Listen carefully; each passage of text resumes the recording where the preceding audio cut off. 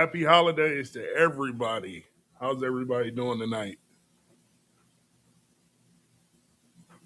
We had to get in and get a show done here on this Christmas Eve. Don't want to hold everybody up. I know everybody's wrapping gifts and, just hanging out. So I wanted to put a little show together. Now, I've been gone for a couple days. I hope you guys got a chance to check out all the videos and stuff.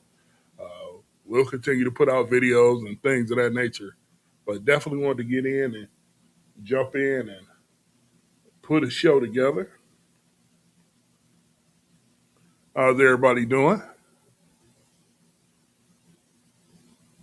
So, I guess I got to start cooking probably tonight or maybe tomorrow. Ain't doing too much here. Just,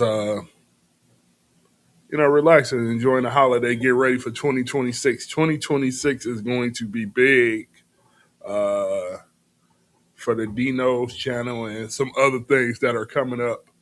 I know I keep telling you guys things are coming up. Things are coming up. Um, like I said, I appreciate you guys in the community.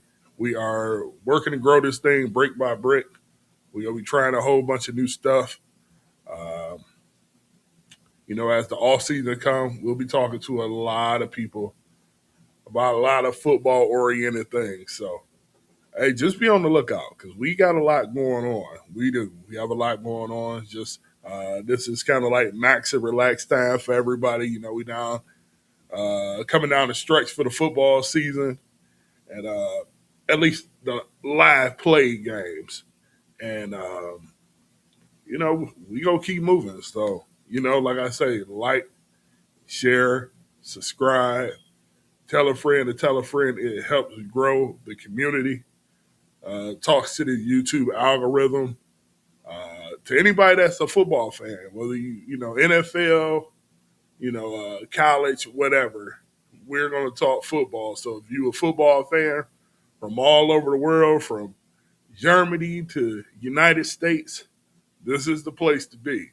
If you want to hear a real analysis and have fun with it, this is going to be the place. So, like I said, tell everybody to tell everybody, and we're going to make the D No show a thing for real. Um, as far as we in holiday season, like I said, happy holidays to everybody. I hope everyone is having a good holiday, uh, taking care of themselves. I know this time could be tough for a lot of people. Take care of yourself. Self care is key. I'm learning myself. It's a day by day process, but I know around this time it's tough for a lot of people. So, just take your time with everything. Don't be in a rush for anything. It'll all come to you. Just one step at a time, one foot in front of the other. I have to tell myself that too. So, but we got to get into this show because we getting a whole bunch of Christmas gifts on Christmas Eve or whatever you celebrate. As you guys saw, I had Lamar Jackson in the thumbnail. If you guys are a subscriber of the channel, you saw a few months ago, I made a video on Lamar Jackson. Well, a lot of the things that I was saying in that video seems like they're coming true. And we got to go talk about it. So, of course, let me get everything up to speed here. And a lot of this circles around Baltimore today, believe it or not. Uh, and we about to jump into this because this was when I seen this, my eyes kind of lit up because this is something that I've been talking about for a while. So let's see what we got here.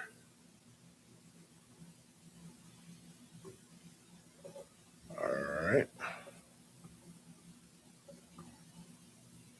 let's make sure we get it on the screen here. All right, you guys seeing what I'm seeing?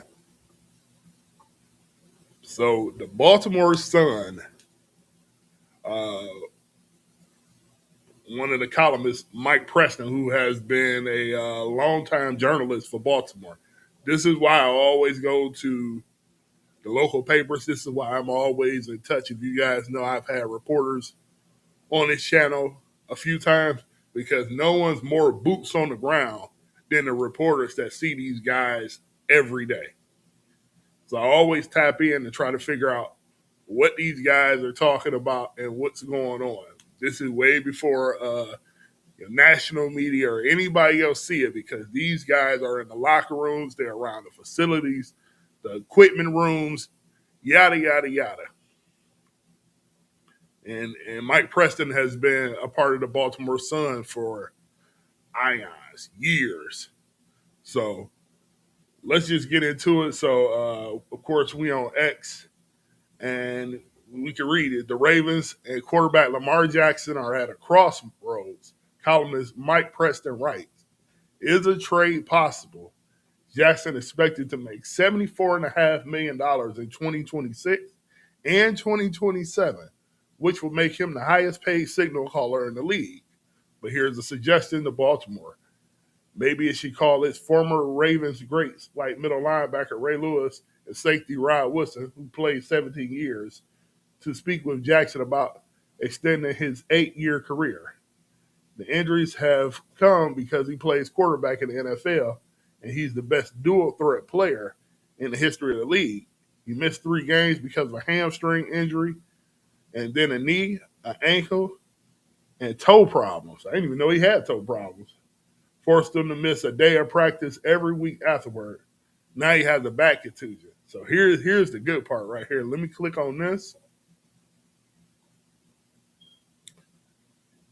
Mike says the Ravens should look at possible trades, which connect them 2 or 3 first round picks. Jackson would love to play for Miami, where Tua is no longer the starter, or possibly Las Vegas, where Brady, a partial owner of the Raiders, has shown fondness for him. Baltimore should also draft a young quarterback in the early rounds. Let that sink in for a second. Let that one sink in. Let it marinate.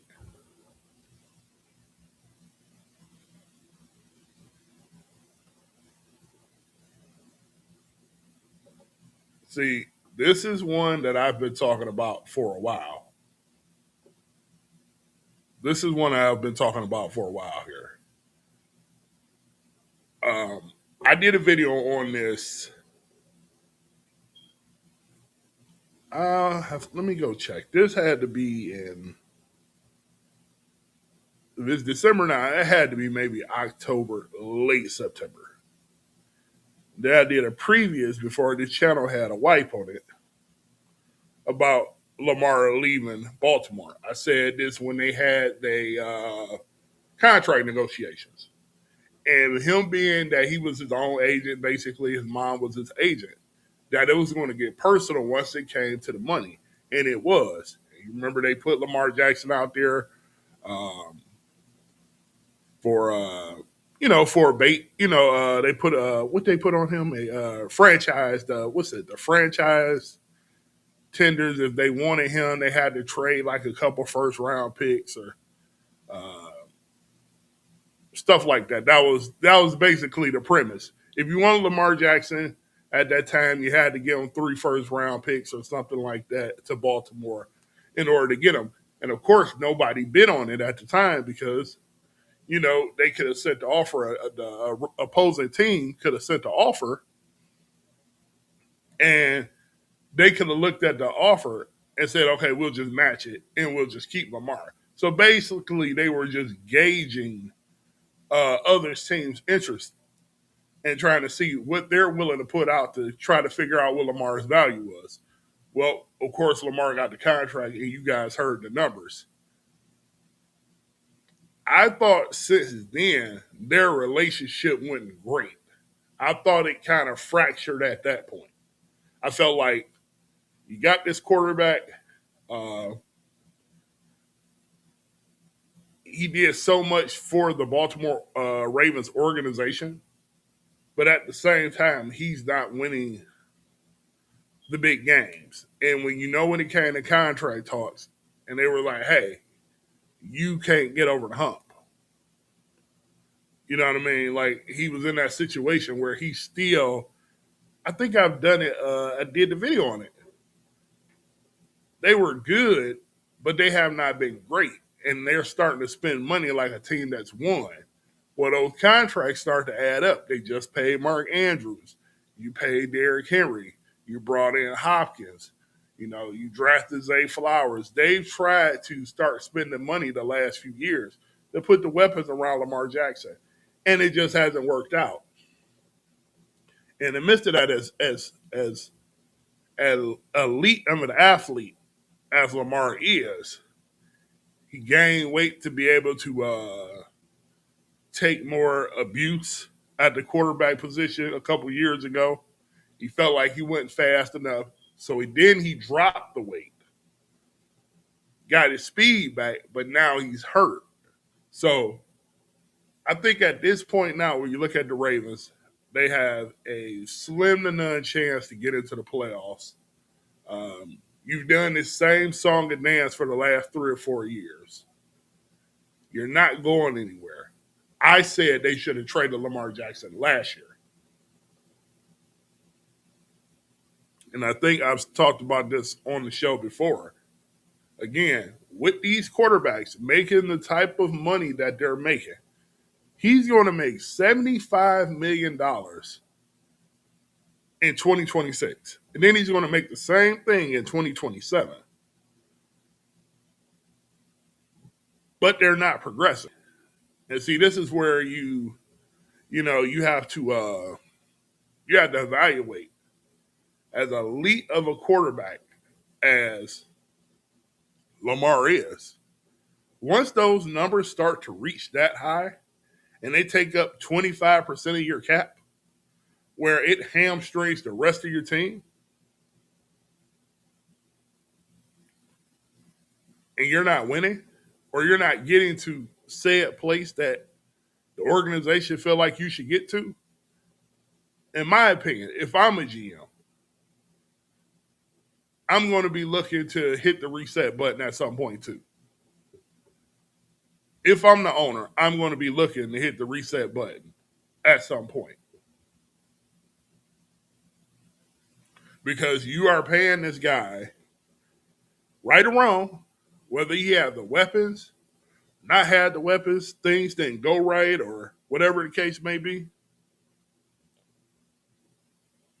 you're still paying him an absorbent amount of money to not get to where you need him to get to. And is it unfair? It is. It's unfair. I can tell you that right now. But that's what comes with the position. He is the CEO. Lamar Jackson is the CEO, just like Joe Burrow is the CEO, just like Patrick Mahomes is the CEO. When you're the quarterback, you're that guy.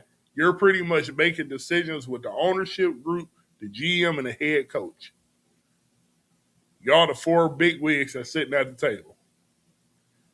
And if Lamar Jackson keeps getting hurt or whatever the case may be, now you have to start looking at your return on investment. He missed 3 games this year. I think he missed games last year. Then his legs is a big part of his game. So if it's not working, and we're at this point now where we're about to get sent home, what are we going to do next year? Spend more money? And like I said, this could be an organizational thing. This can be the Baltimore Ravens didn't do a good enough job of putting the pieces around Lamar Jackson. That could very well be true. At least earlier on in his career, he did not have exactly what he needed earlier on in his career. That could be true. But at the same time, when I pay you top tier money to be the man, You got to work with what you got. And unfortunately, whether it's fair or not,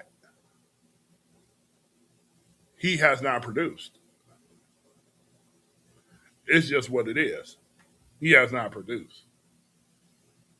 So, me, if I'm a GM and I'm an owner and we've done this song and dance and our Super Bowl window was open or whatever the case may be, I maybe, I'm going to say this, maybe I give this one more year.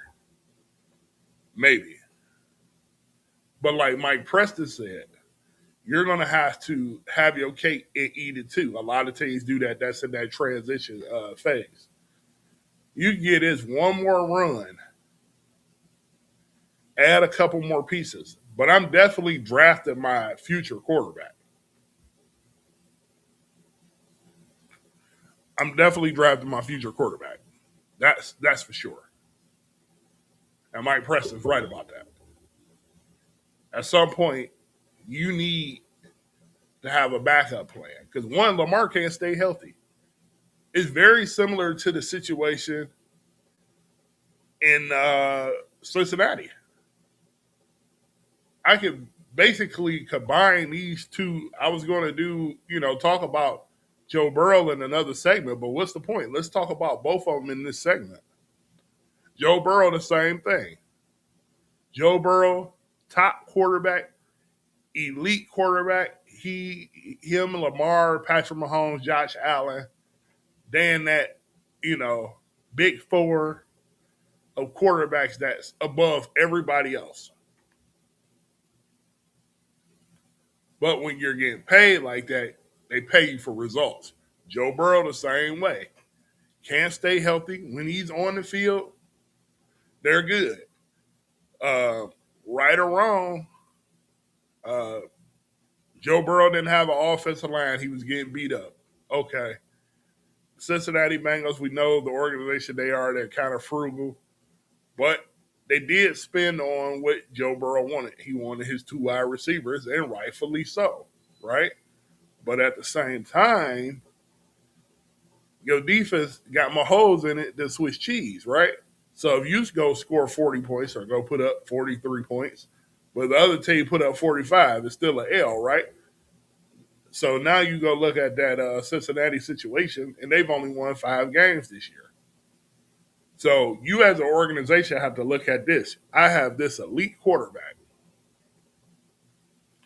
I have these elite quarterbacks. But once I pay them big bucks, unless they go do a Tom Brady and they go in and restructure their deals where, hey, I'm going to free up whatever amount of money. Let's go get these extra pieces to go win a Super Bowl.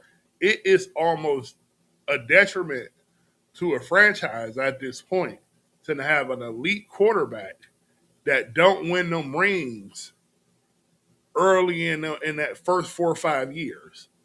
Or as soon as they sign that contract, that money may not kick in into the next year. I know I'm going into like the semantics and all that other stuff. But if you're not winning with that person, as high as these cap hits are, at some point as an organization, you're going to go look at the situation and you're going to say, hey, we got to figure out, are we really close to being a Super Bowl contender? Can we really come out of the AFC or the NFC? Are we really a player in this thing? Or are we just in purgatory? Because if you're in purgatory, you may have to look at getting rid of your quarterback. I know it sounds crazy, but if unless you're this GM that's just hitting on all your picks, let's say you Les Snead out in you're Les Snead out there with the Rams.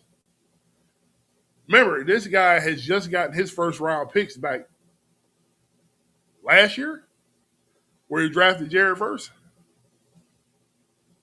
But before that, he didn't have all those picks. So when the Rams went for broke and got that Super Bowl, he didn't have any first round picks. So he's hit on a lot of mid round picks that are big time contributors to that team.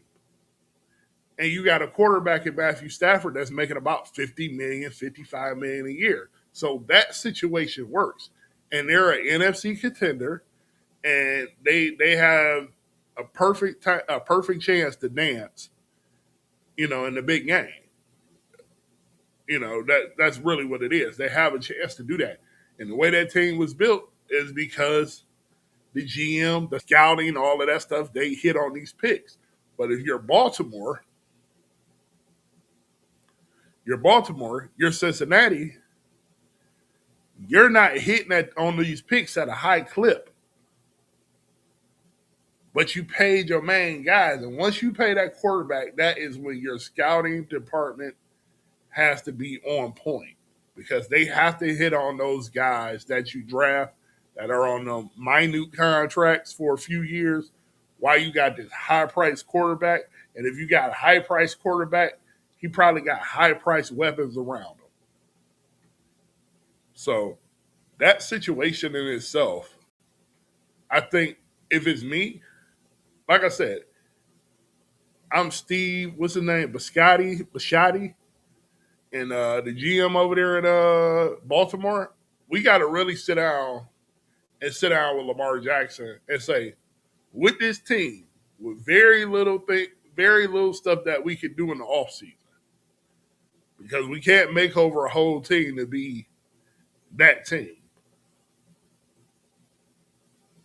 Is this team good enough to be a Super Bowl contender? And if it's no, we got to start thinking about shopping you. They say more than likely he wants to go home to Miami. Miami has quarterback issues. That will sell a lot of tickets for the Dolphins because he's a homegrown kid. You go down in that situation. Now, I don't know how that would work exactly. I don't know if they take Lamar's contract, flip him Tua, and take some of Tua's contract. I don't know how that will work. But Miami is in sort of a rebuild phase, and I guarantee you Lamar will probably be comfortable with going home to be able to probably finish out his career at home down there with his family and friends and stuff like that. So maybe that's a situation that they do look at. And then there's other teams that would look at Lamar Jackson. We're not going to act like Miami would be the only situation. But you know that you're going to get at least 3 first round picks for Lamar. You know you're going to get that for Joe Burrow. Excuse me. You know you're going to get that for Joe Burrow too.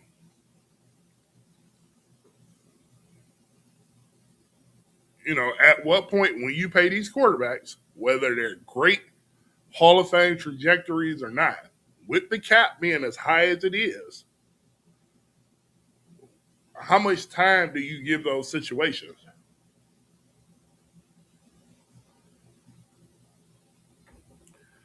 Like I said, this is the new NFL. This is a new NFL. Quarterbacks wouldn't get paid this much. Now they're getting paid a lot. And when you're getting paid that type of money, you want your guy to produce. And if I can turn around and reset my cap because we're not getting anywhere with your Joe Burrow or your Lamar Jackson or your Patrick Mahomes or your Josh Allen, at some point, if I can reset the deck, I'm going to reset the deck. I know it sounds crazy, but Mike Preston's right about what he's saying.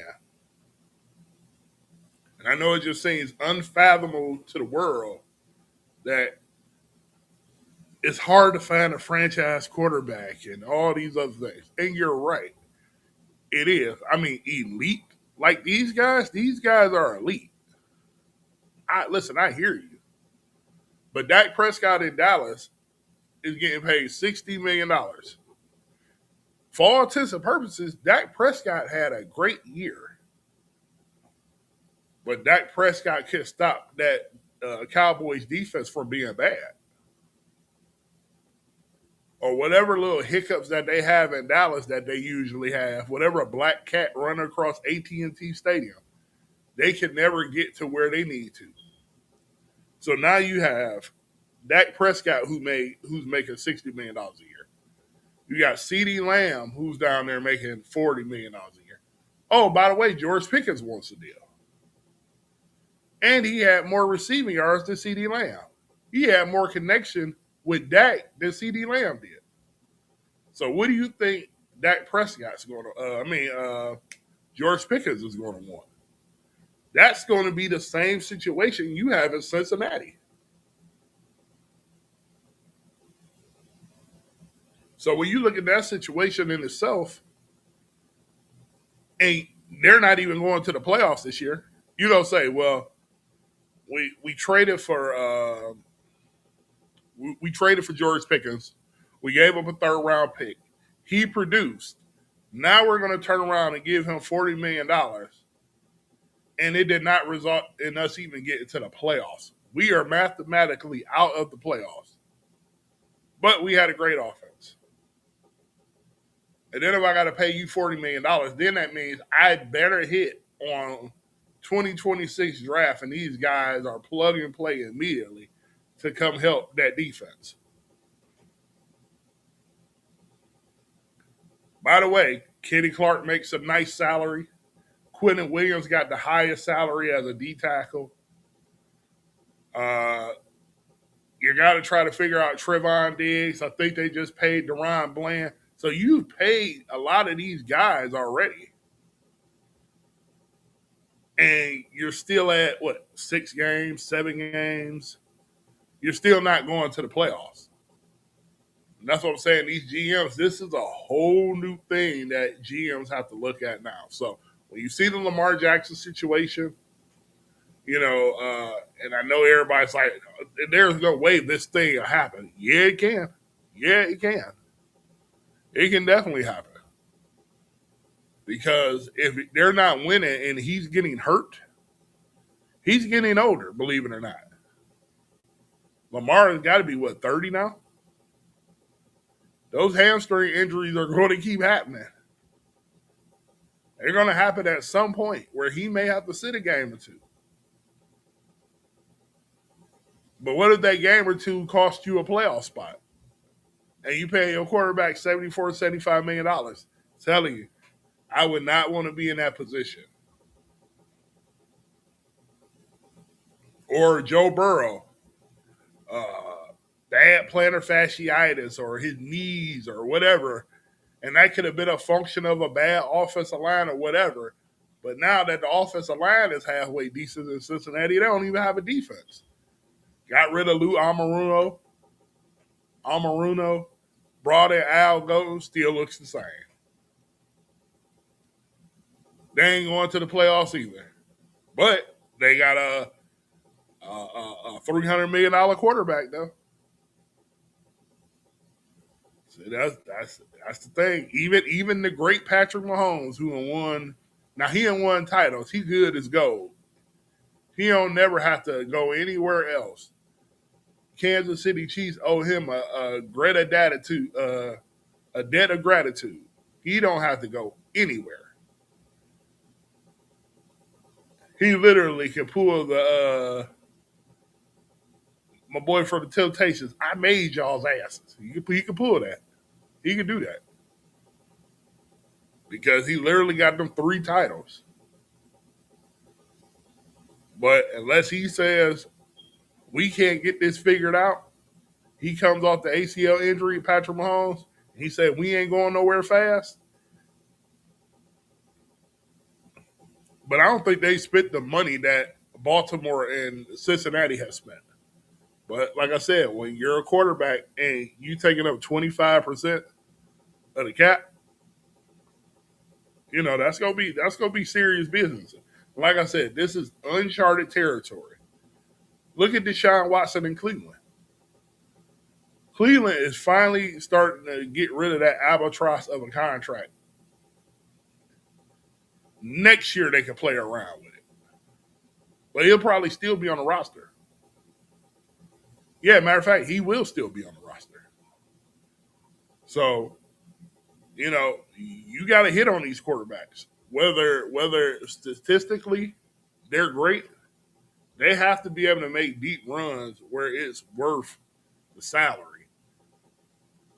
Because if it's not, you're just paying your quarterback a whole bunch of money, and you're it out of luck.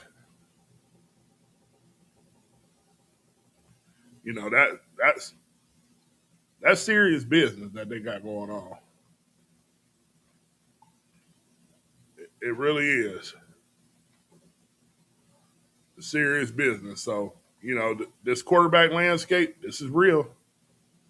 This is real. And like I said, and this is my opinion, if we can't, unfortunately, and obviously I would love my quarterback because obviously I paid him, but if it's you know destroying the rest of the team around him to keep you and we're not winning, we're gonna have to do something different.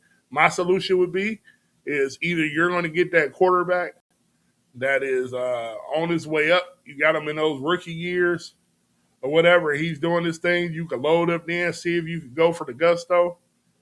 And even if you got to go franchise tag, or even if you do pay him, just know after a couple years, as long as he's that quarterback is producing, but if you ain't getting to that place, he's tradable. Don't be stuck on a quarterback because if you are, this is what your team gonna start looking like every year. So uh, that was definitely a pretty long segment, but it made sense to have that conversation because like I said, we have to evaluate the quarterback position differently at this point now with the cap hits and all that other stuff. It has to be evaluated in a totally different tone from how we usually see it. Because your favorite team, just like Kyler Murray got paid a whole bunch of money down in Arizona, he's on the trading block. Because guess what? Whether you agree with the team or not, did they put enough around him? Maybe not. Whatever the case may be, he's making $240 million, and he's a big cap. Uh, he's a big hit against the cap. And guess what? The Cardinals ain't going to the playoffs. So now he's available. You're going to see more quarterback movement than you've ever seen. Every quarterback is tradable at this point. You heard it here first. So we got to go into the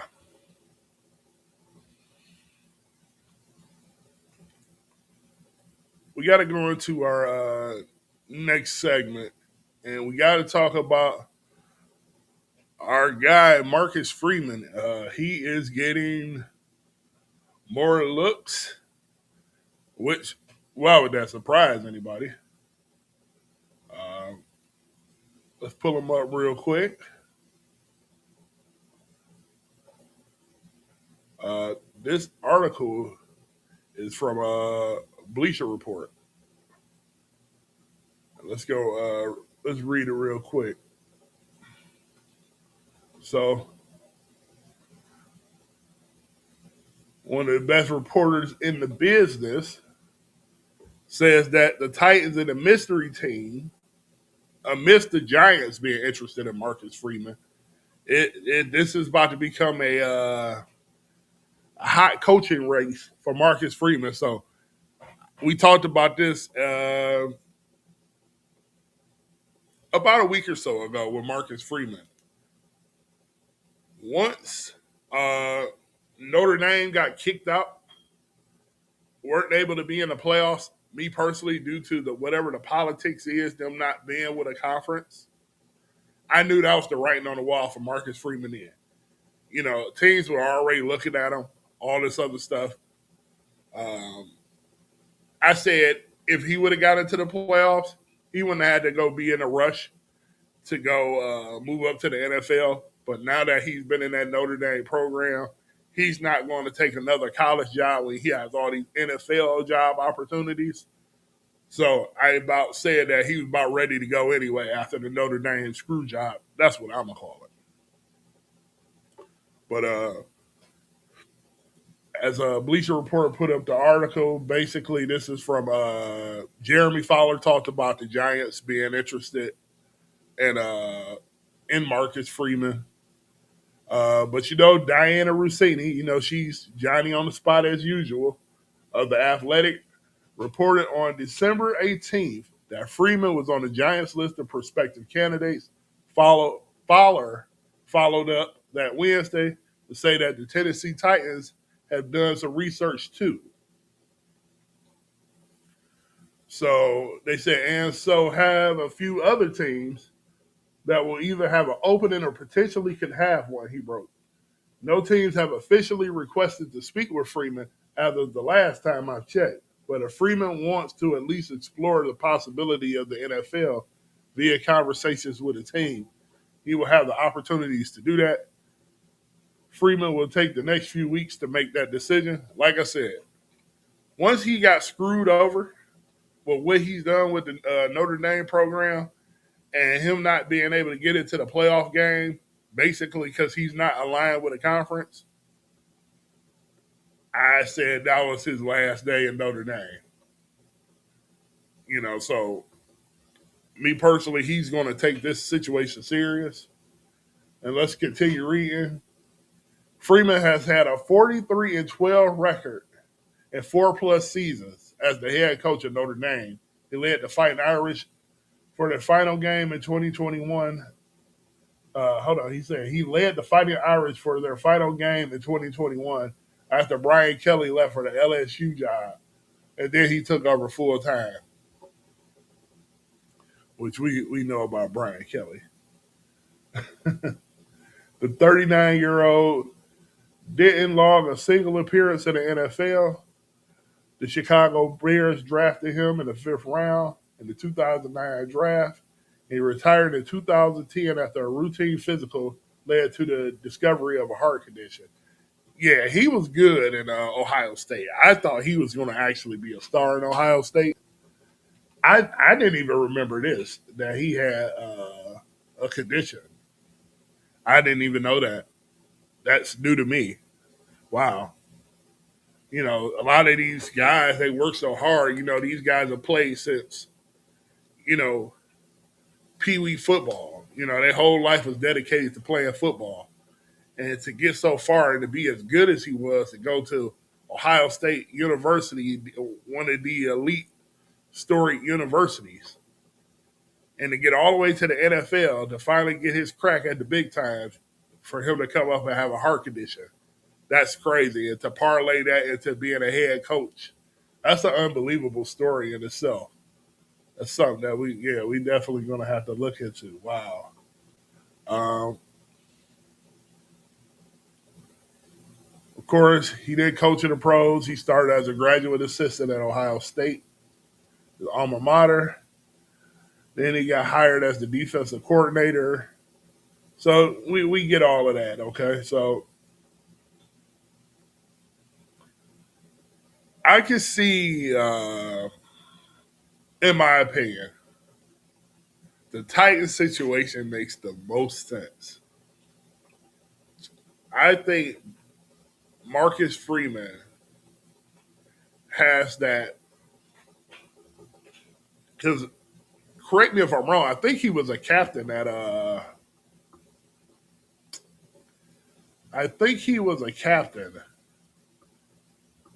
State, if I'm not mistaken. I think he was a captain at Ohio State. And obviously, he's worked himself up the ranks. He's a leader of men.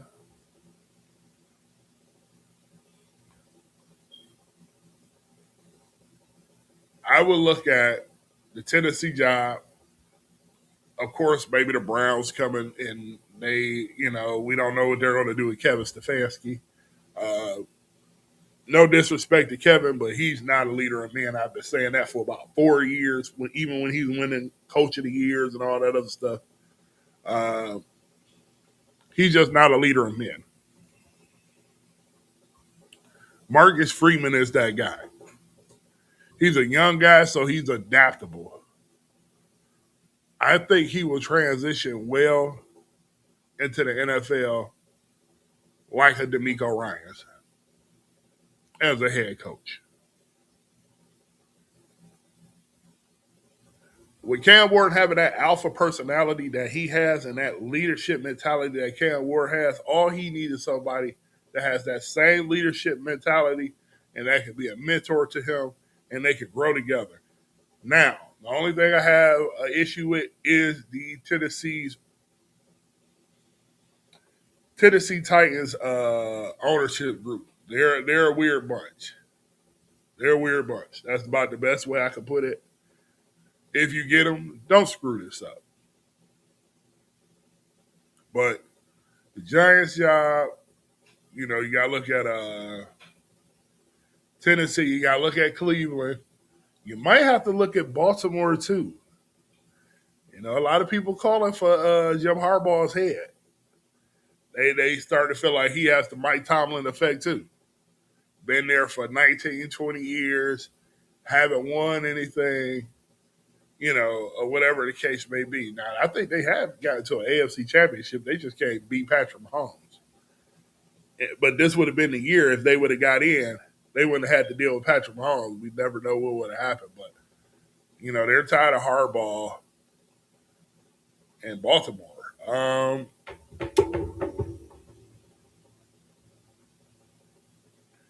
Those are the teams that come to the top of mind for me. Oh, the Raiders, because I don't know what they're going to do with Pete Carroll. Is this going to be a 1 year deal here where they feel like they got the best out of Pete Carroll? They go get, let him go, whatever the case may be. To them, it's not working out. I would say, me personally, they need to at least give that 2, maybe 3 years at the most. See if it's the talent. I mean, the talent isn't great over there. You put the talent together, see what you got. But if he's just declining in his coaching ability, then you can let him go in the middle of the season next year at some point. But at least give him another year. It wasn't like this Raider team was supposed to be good out the gate to begin with. That's just relax, people. Relax.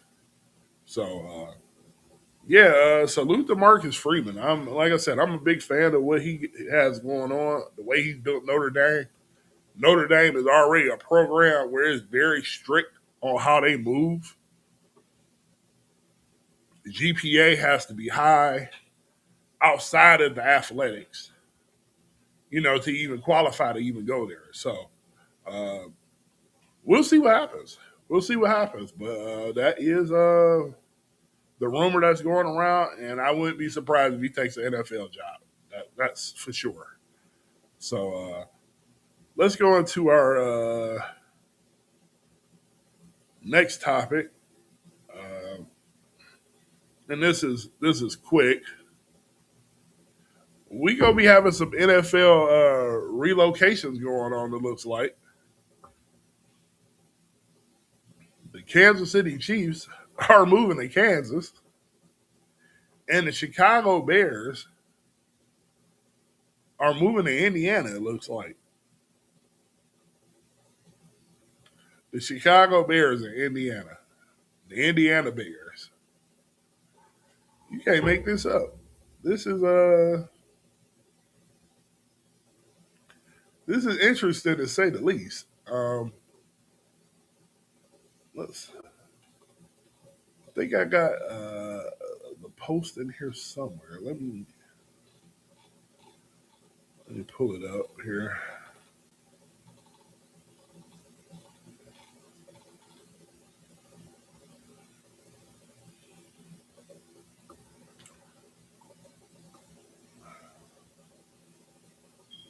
Let's see here.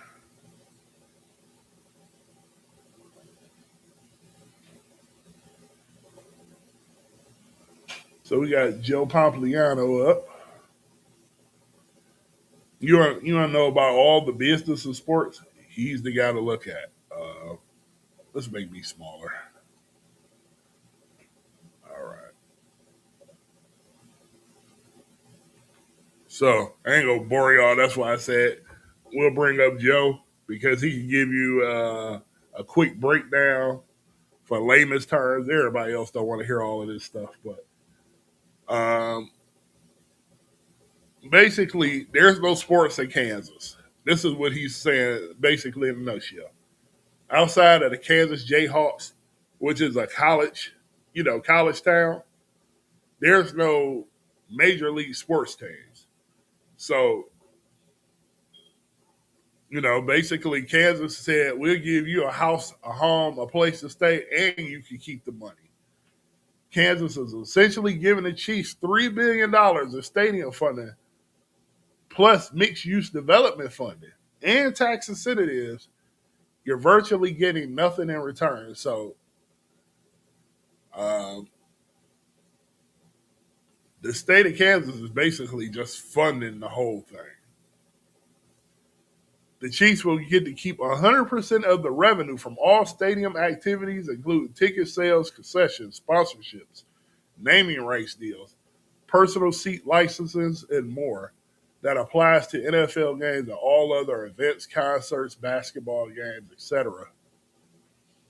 Kansas will own the stadium, with the Chiefs paying $7 million in rent annually. But the money doesn't go back to the state. It goes into an account that the Chiefs can use for renovations, repairs, and operational expenses. That means the Chiefs can use their own rent money to hire stadium security, parking staff, concession vendors throughout the season. Joe says he knew it had to be a good deal to get the Chiefs to leave Arrowhead, but this was worse than he expected. This is what I'm gonna say from a business standpoint, and it's when you look at the Chicago Bears, they have been trying to get a deal done too with Chicago probably for about the last 4 or 5 years. I heard they were supposed to redone it downtown. They were supposed to go out to some suburbs in Chicago or Illinois or whatever the case may be and put the Bears Stadium. None of that worked. So now they're going to Indiana. Here's why all of this is happening. And if you're a fan of a team, I'll be worried. Here's why. Because let me pull this down real quick.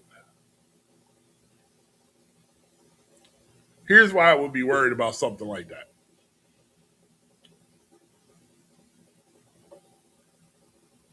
The NFL brand is so big. The Chicago Bears are the Chicago Bears. They've been the Chicago Bears for probably 100 years, whatever. So is the Kansas City Chiefs. These are staple franchises where you have people that travel to go see these guys. They'll travel to other teams' stadiums to go see these guys. Their namesakes are so big, they can go to a town that's desperate for a team. Kansas is essentially giving them everything because Kansas' budget is probably so big because they don't pay for any. Over the years they even had they've had no major teams, and if you know how it goes, uh, they set up a lot of taxes and money funnels back and forth between the city and the teams for renovations, and the teams have to chip in on road work, and maybe they have to put some money into the school systems, whatever. We ain't gonna go into all of that, but I guess for layman's term, if you're a state that has no sports teams, you know, you could afford to give an NFL team everything because you have no NBA team, you have no NFL team, and you have no Major League Baseball team. So if I give you every incentive to move, even with Kansas City being a fixture in Kansas City, Missouri for all those years, never moved, being a part of that community, they were up and ready to leave. Soon as the Kansas City Chiefs, the Hunt family didn't get what they wanted, they tried to make it work in whatever way, and it just didn't work out. They're going to always have a bidder on the outside, on the outskirts of whatever city had the team, and they're going to get somebody that's going to bid that does not have any type of sports, they're going to overpay for stuff. And that's the same thing with the Chicago Bears. Why would the Chicago Bears be leaving Chicago, big Chicago, one of the biggest cities in America, to kind of go to Indiana, which isn't a really, it's not really a big state. You know, it's like a rural state. But when Indiana, all they got is the Hoosiers and the Pacers. Well, they got the Colts too. Let me not. They got all of that, but they starve. They probably starve for big time sports. So we'll offer you the money that we got in our reserves to bring the Bears over here too. And I think this may set a crazy precedent that teams may be on the move on a regular now more than ever. Because if that city does not give them what they want, and that namesake is as big as it is, they'll just go over to the next town that don't have sports. Because they're going to be desperate for a major league team. You're getting a national football team in Kansas. What else is in Kansas outside of college basketball? No wonder they overbid and gave the Chiefs. That's a deal they couldn't refuse. Don't be surprised. Don't be surprised. We see something crazy like the Pittsburgh Steelers don't want to pay for a new stadium, and they move to I don't know, Idaho, and then we call the Pittsburgh Steelers of Idaho. Well, Idaho don't have no major league teams, so they'll give them everything and then some. They'll build the stadium, give them all the tax rebates, all the incentives. So that's a crazy situation, and I think you know, I know a lot of Browns fans, and they were mad about the team moving literally 30 minutes from downtown Cleveland. And it was a knockdown, drag out situation on how they were supposed to renovate that stadium, where they could have literally left again and moved to somewhere like a Columbus or anywhere else that's close and still called them the Cleveland Browns. So uh, I would say be wary of that. If your team is coming up on stadium renegotiations and your city or state don't want to give the funding, your team may leave. It's just not to be dark, but just to let you know. It's like what you won't do, another state will. So this is the last story. I'm gonna let everybody cut up out of here. Uh, we gotta talk about the DK Metcalf thing. I put out the short about it. We all know the story took whatever turns that is taken. And I guess we got to look at it from a football sense now. We know everything that's went on or whatever the case may be.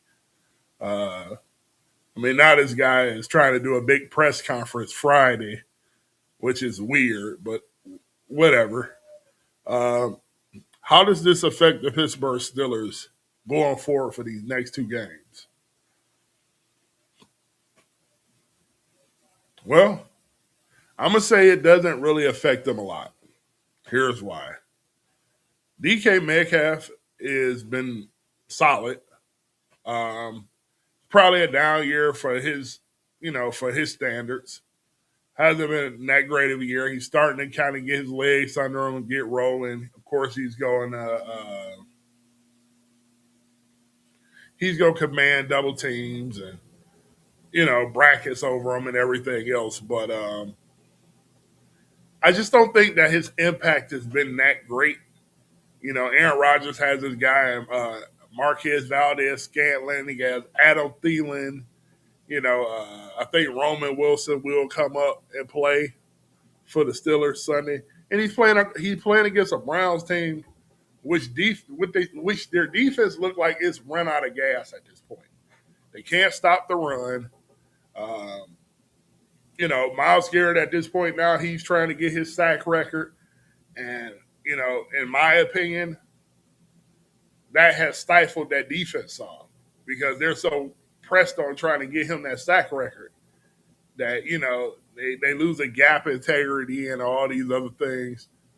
And, teams are gashing them. So I think for the Steelers' sake at this point, you know, I think this should be a pretty, simple game. Shedeur Sanders has been up and down. That's expected of a mid-round quarterback. Um, he has some talent, but he's still a mid-round quarterback, whether you like it or not. Pittsburgh are going to throw looks at him that he's never seen before. They're probably going to get a few turnovers. They get out of this game, you don't have to worry about the DK Metcalf um, situation. Baltimore is falling apart.